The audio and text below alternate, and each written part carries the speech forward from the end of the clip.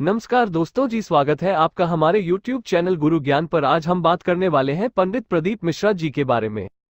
पंडित प्रदीप मिश्रा बेहद गरीब थे। मशहूर कथावाचक पंडित प्रदीप मिश्रा करते थे ये काम। पंडित प्रदीप मिश्रा के बारे में कौन नहीं जानता। सीहोर वाले पंडित प्रदीप मिश्रा दुनिया में मशहूर कथावाचक, गायक और आध्यात्मिक गुरु हैं। पंडित प्रदीप मिश्रा अपनी वाणी के माध्यम से अपने भक्तों के जीवन में परिवर्तन लाते हैं, उन्हें सही रास्ते पर चलने की प्रेरणा देते हैं। उनके प्रवचन शिव पुराण से संबंधित होते हैं। पंडित प्रदीप मिश्रा इतने मशहूर हैं कि उनकी कथाएं विदेशों में भी सुनी जाती है। पंडित प्रदीप मिश्रा का जन्म 1980 में मध्य प्रदेश के सीहोर जिले में हुआ था। उनका जन्म सीहोर जिले में होने के चलते उन्हें सीहोर बाबा के नाम से भी जाना जाता है।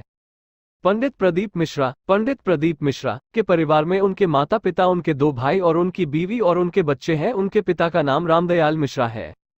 उनके 2 भाई विनय मिश्रा और दीपक मिश्रा है। पंडित प्रदीप मिश्रा ने अपनी स्कूली शिक्षा सीहोर से ही प्राप्त की। इसके बाद इन्होंने स्नातक की डिग्री भी हासिल की है। इसके अलावा इन्होंने हिंदू धर्मशास्त्रों का गहन अध्ययन किया है।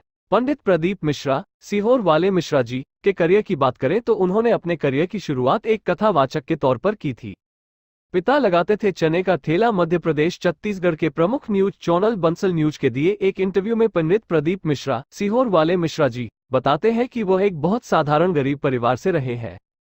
पिता के परिवार में तो कई लोग सर्विस में रहे, लेकिन पिताजी इतना पढ़ नहीं पाए थे, इसलिए उनके पास न कोई धंधा था, वो चने का ठेला लगाते थे। पंडित प्रदीप मिश्रा ने बताया कि उनके पिता की स्थिति ऐसी थी कि जब उनका जन्म हुआ तो हॉस्पिटल में दाई को पैसे देने के लिए उनके पास रुपए नहीं थे, इसलिए उनका जन्म आंगन में एक तुलसी के क्यारे के ओटले पर हुआ। वो तुलसी का कुड़ आज भी उनके घर में रखा हुआ है।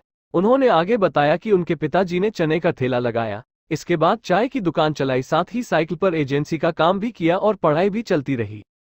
चकलेश्वर बाबा का मिला है आशीर्वाद। पंडित प्रदीप मिश्रा ने एक कहानी सुनाते हुए बताया कि सीहोर में एक गीता बाई पारासर रही है। वो जगह जगह भोजन बनाने का काम करती थी। उनके पति के जाने के बाद उन्होंने एक श्रीमद् भागवत कराने का संकल्प लिया था, लेकिन उनके पास पैसा नहीं था।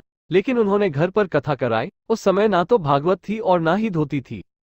तो उन्होंने मुझसे कहा कि पहले वो गुरु दीक्षा ले। इसके बाद वो गुरु दीक्षा लेने इंदौर गए। वहां से मैंने गुरु दीक्षा ली। उन्होंने बताया कि मेरे गुरु जी ने ही उन्हें धोती पहनना सिखाया। मेरे गुरु जी ने मुझे एक छोटी सी पोतली मेरे हाथ में दी और कहा कि तुम्हारे पांडाल खाली नहीं रहेंगे। इसके बाद उनका मेरे ऊपर कृपा रही। इसके बाद वह गोवर्धन की परिक्रमा करने जाते थे। पैसे नहीं होते थे तो वह ऐसे ही ट्रेन के स्लीपर कोच में या लोकल डिब्बे में बैठकर चले जाते थे। वहां पर चकलेश्वर महादेव है। चकलेश्वर बाबा से बैठकर ऐसे ही चर्चा करते थे। उनकी कृपा ऐसी हुई कि आज तक बनी है।